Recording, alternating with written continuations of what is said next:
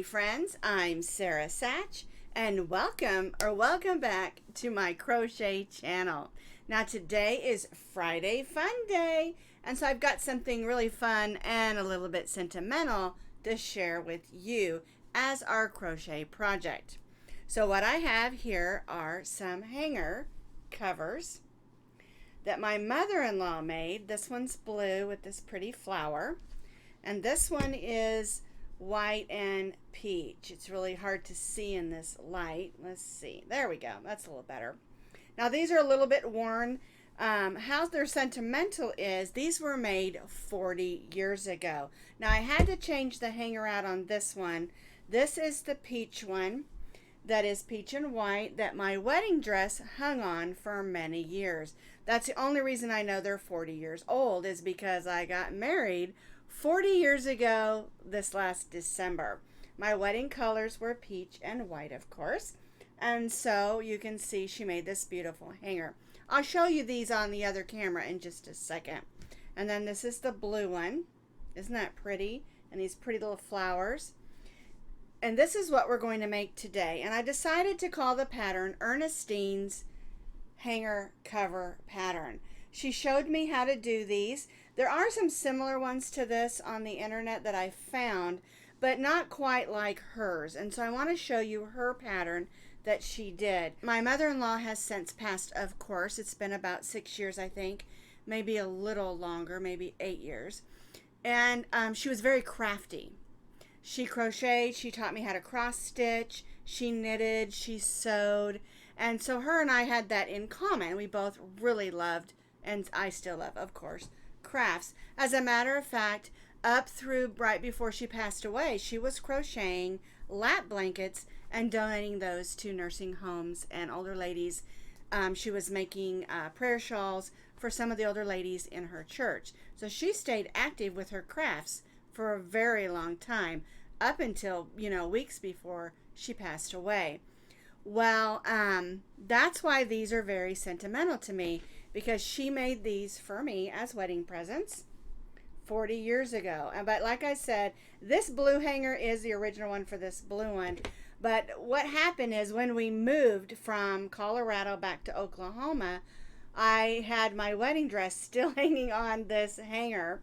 And it was a different hanger. It was a little off-white, and it had broken. And so I undid it here and here and put it on this hanger. And that's something that you can do, as well as if your hangers don't last, you can put the hanger cover on another hanger. All right, so let's get to it. I'm going to show you how to make these. I'll tell you what you need, and we'll have some fun. So here's a close-up of those two hangers that I was showing you.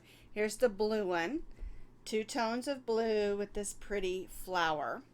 And then here's the peach one, peach and white, and a 2-tone peach flower. And she added some of those pony beads. So you can use any flower that you want on this project.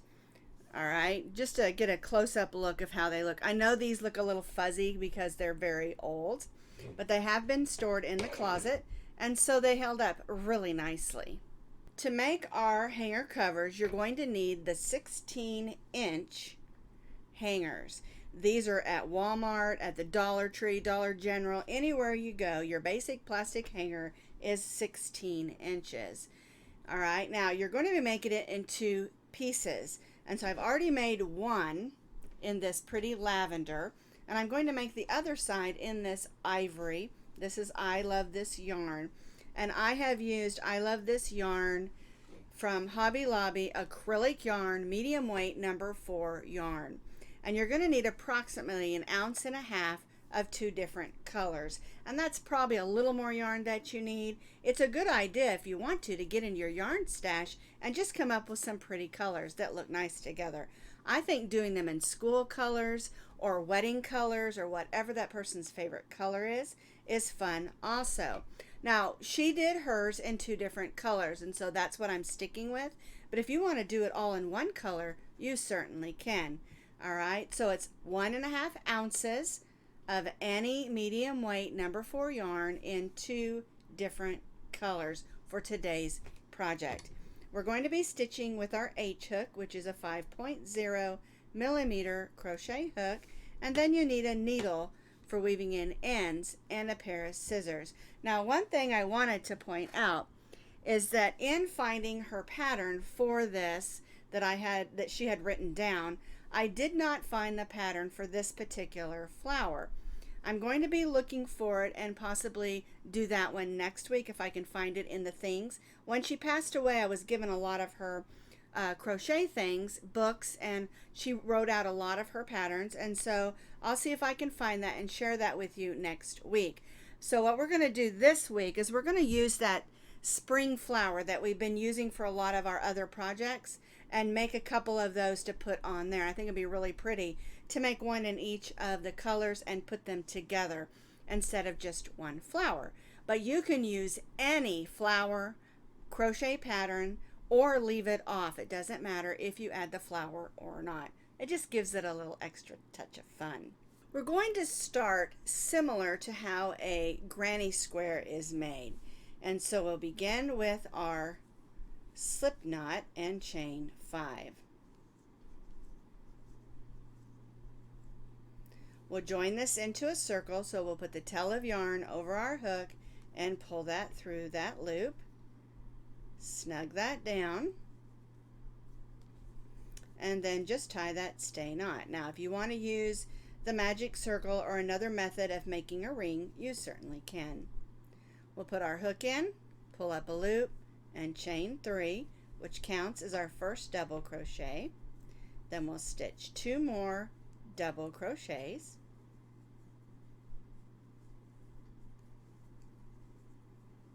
And we're only going to chain 1. Now we're going to stitch 3 double crochets.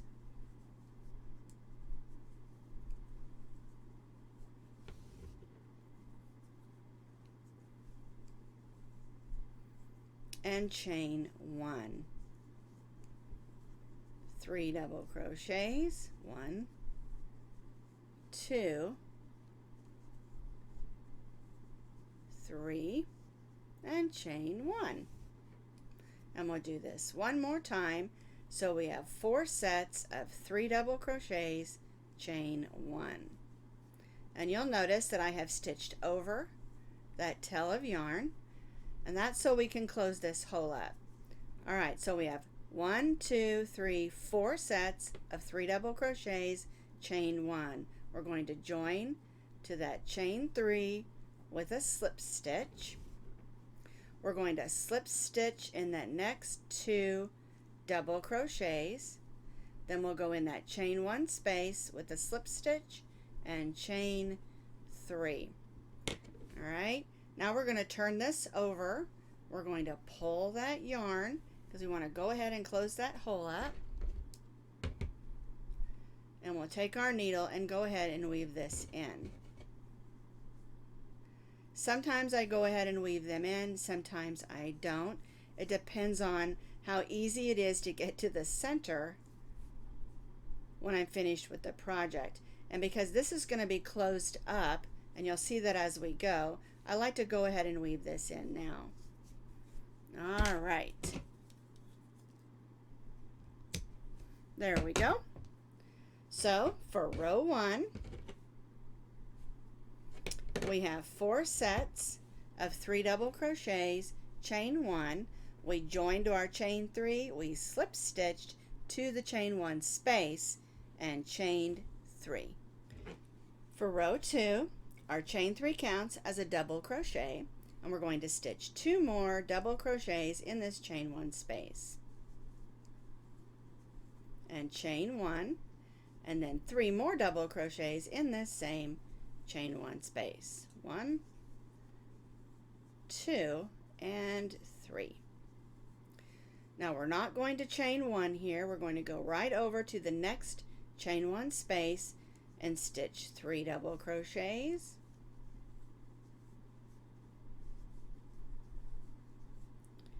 Chain 1 and 3 double crochets. 1, 2, and 3. And then we'll repeat what we did on this corner in these next 2 chain 1 spaces. 3 double crochets, chain 1, and 3 double crochets.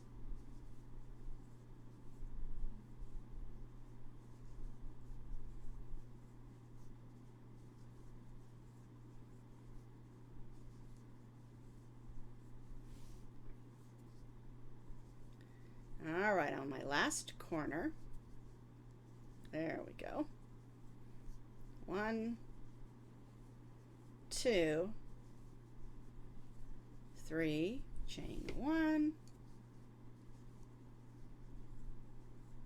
1, 2, 3, and now we're going to join to the chain 3 that we started with a slip stitch, and we're going to slip stitch in those next 2 double crochets, slip stitch in the chain 1 space, and chain 3.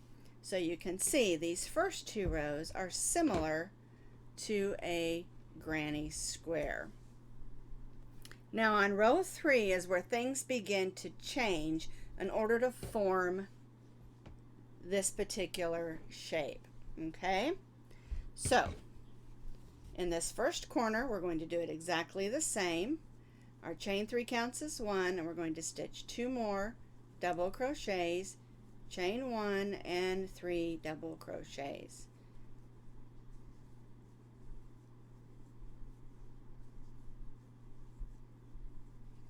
Now on row 3 we're going to chain 1.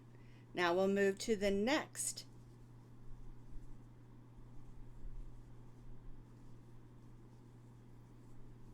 corner here, and we're stitching our 3 double crochets, chain 1, and 3 double crochets.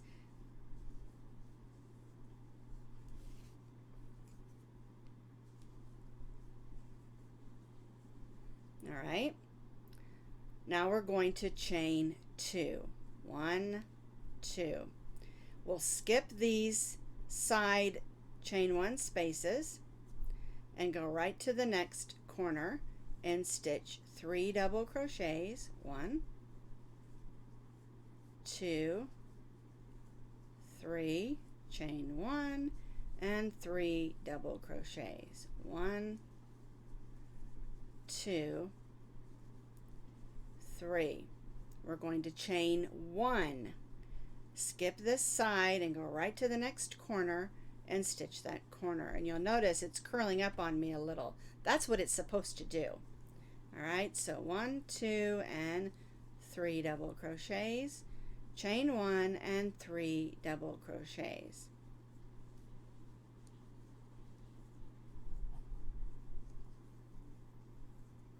Now we're going to chain 2. Skip over this side, join to that chain 3, slip stitch in those 2 double crochets, then slip stitch in the chain 1 space and chain 3. And so what we've done here is made it curl up a little bit, but we did our first corner and we chained 1. We did our next corner and we chained 2. We did the next corner, chain 1, and the next corner, chain 2. All right, and so what you're going to notice is we're going to fold it on the chain 1 spaces, and the chain 2 is on the side. All right, and it looks a little wonky right now, but don't worry, it's going to work out. Right. Let's do row 4. Our chain 3 counts as a double crochet. We're going to stitch 2 more, and all the corners are going to be stitched the same. 3 double crochets, chain 1, and 3 double crochets. 1, 2, and 3. Now we're going to chain 1. We're going to skip over here to our next corner in the chain 1 space and stitch our 3 double crochets, chain 1, and 3 double crochets. Like I said, all 4 of the corners are always stitched the same. All right, so now what we're going to do, we stitched 2 chains, but instead on this row we're going to stitch 3. 1, 2, 3. We'll skip over this and go over to that first or next chain 1 space in our next corner and stitch our 3 double crochets, chain 1 and 3 double crochets. 1, 2, 3, and chain 1. We'll go to the next corner in that chain 1 space and stitch 3 double crochets, 1, 2, and 3, chain 1 and 3 double crochets, 1, 2, and 3. This brings us to our last space here. We're going to stitch 3 chains, 1, 2, 3, and we'll skip over this. We'll go to our chain 3 and join with a slip stitch.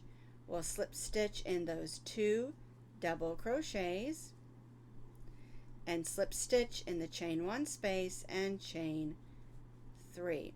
So now what we have, you're going to fold it on the chain 1 sides, and the chain 1 and chain 2, or chain 2 and chain 3 is here, and this is beginning to form that shape of our corner of our hanger. See?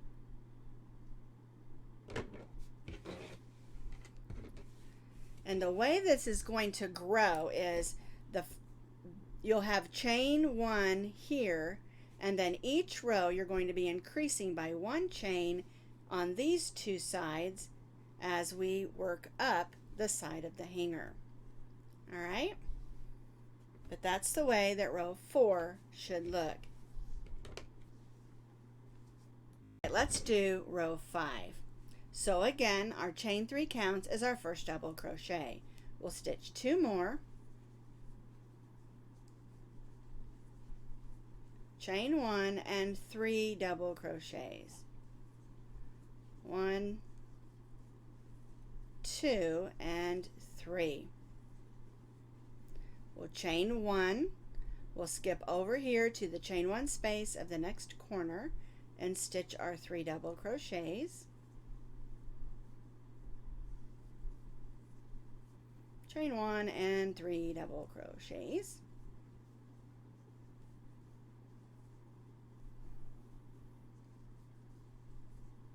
and this time we're going to chain 4. We'll skip over here to the next chain 1 space in the next corner and stitch our 3 double crochets,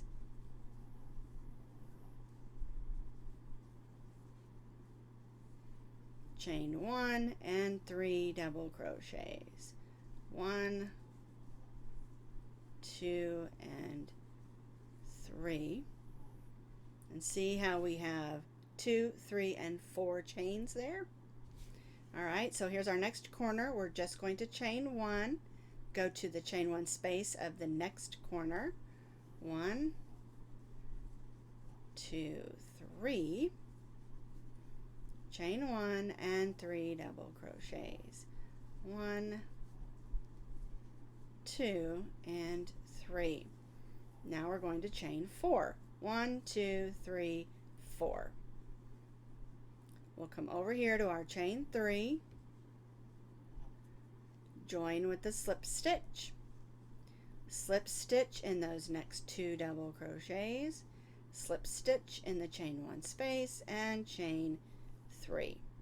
All right, so now you can see that it's growing from 2 to 3 to 4, and it's forming those lines or chains that makes it increase to the shape of the hanger. Let's do row 6. So we have our chain 3, 3 double crochets, our chain 3 count as our first, and we stitched 2 more, chain 1 and 3 double crochets, 1, 2, and 3. Chain 1, go to the next chain 1 space of the next corner and stitch our 3 double crochets, chain 1 and 3 double crochets. 1, 2, and 3. Now we're going to stitch 5 chains. 1, 2, 3, 4, and 5. We'll go to the next chain 1 space of the next corner. 1, whoops, there we go. 2, 3, chain 1, and 1, 2, 3, only chain 1, go to the next chain 1 space of the next corner. 1, 2, 3, chain 1, and 1, 2, 3. Because our corners are all stitched the same. All right, so now we're going to chain 5. 1, 2, 3, 4, and 5. Join to the chain 3. Slip stitch in those 2 double crochets. Slip stitch in the chain 1 space. And again, chain 3. All right. So now when you lay it flat with your chain 1 spaces out here and your growing chains in the center, you can see where that hanger is going to sit. Let me grab it so you can kind of get an idea. So now that we have completed row 6, you're going to continue to repeat what we've been doing for 8 more rows, and you'll continue to increase 1 chain for every row for your chains in the center. Your outside chains will always just be a chain 1. So you're going to continue to repeat row 6, increasing your side chains by 1 every row, and you'll continue to repeat that for 8 more rows. So I completed those additional rows, and on your last row your 2 long chains should be 12 chains. All right, because we increased by 1 chain on every row on our long chain portions, and of course these sides only have 1 chain. Now this is 1. You want to make sure you slip stitch to that chain 1 space of that next corner there, and you want to cut your yarn, but I want you to leave a tail of yarn because we're going to use that to sew it onto the hanger. So this is one side, and you need to have a second side as well, and of course I made this one in lavender.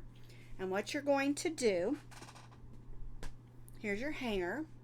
You want to make sure you slide it in and that one of the tails of yarn are on the bottom, which I didn't cut that lavender one. We need to cut that one. And then the other tail of yarn needs to be at the top. Okay? That way we have one to sew on at the top and one to sew on at the bottom. And you'll slide them on like this. All right, let's sew them in place. So we've got our 2 corners up here and up here. So the first thing we're going to do is go across and stitch these 2 together. Then we're going to go in and go in those chain 1 spaces there and here and stitch those together.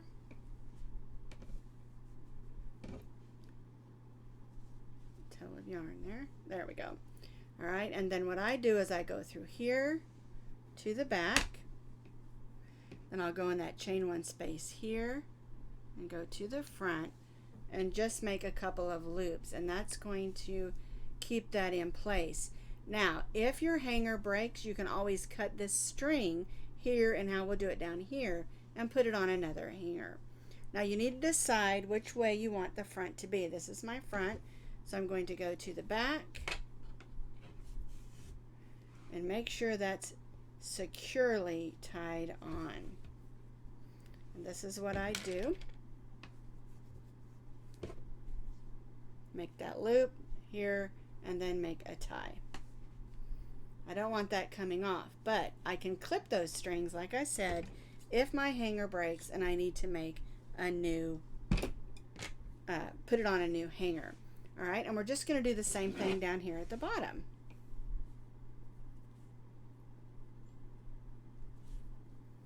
We'll go through here, make a loop, then I'll go through,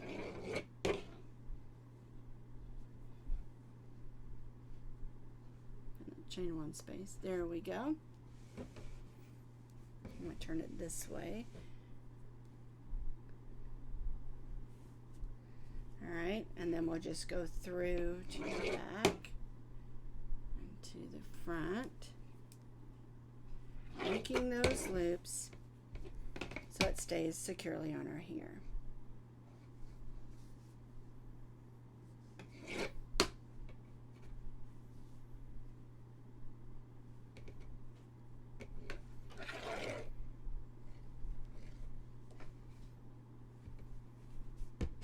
And we'll tie this one the same way.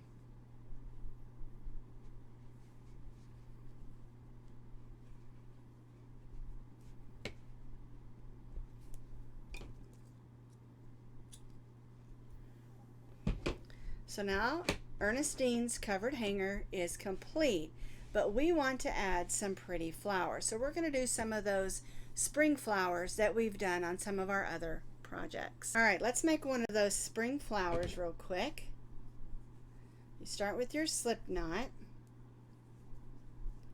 chain 2, and then we're going to stitch 6 single crochets in that first chain. So 1, 2, 3, 4, 5, and 6. We'll join to that first single crochet and chain 7.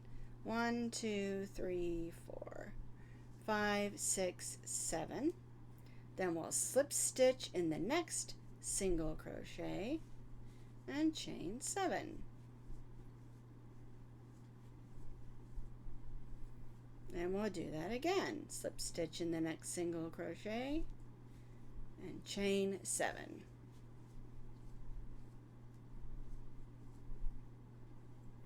And then we'll continue to repeat this until we have 6 chain 7 petals. So I have 6 chain 7 petals. I'm going to cut my yarn, but I'm going to leave myself a little bit so I can sew that onto the hanger. So let's go ahead and tie that off. And before we do that, we want to close that hole in the center just in case there is one. Sometimes there isn't, but sometimes there is. Just depends on how tightly we stitch. And so I'm going to go ahead and go around this and close up that hole in the center so it looks nice and neat.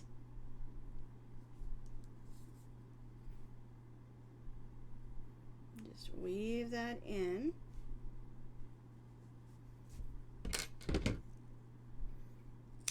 All right, now we'll turn it back over.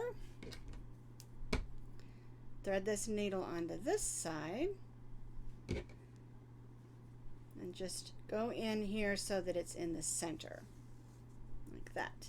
So there is my 6 petal spring flower. So I made 2 flowers, one in each color. I stitched the white one on the lavender side, and I'm going to stitch the lavender one up here on the off-white side. And so all you're going to do is just go in here and just stitch that on. I just sort of made some stitches around like this. Thread that back on.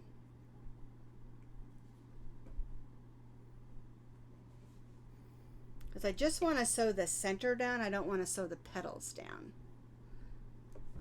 Just make sure you're going into that corner section so that it stays in. You don't want to go in the chains or you won't have your flower securely sewn on. There we go. All right, now I'm going to go behind here and just weave that in a little bit just to make sure it's not going anywhere. All righty. So now I have a couple of spring flowers on my beautiful lavender and off-white hanger. Isn't that beautiful? So here's the lavender and off-white one that we made today, the blue one and the peach and white one that my mother-in-law made 40 years ago. That's Ernestine's crochet hanger cover.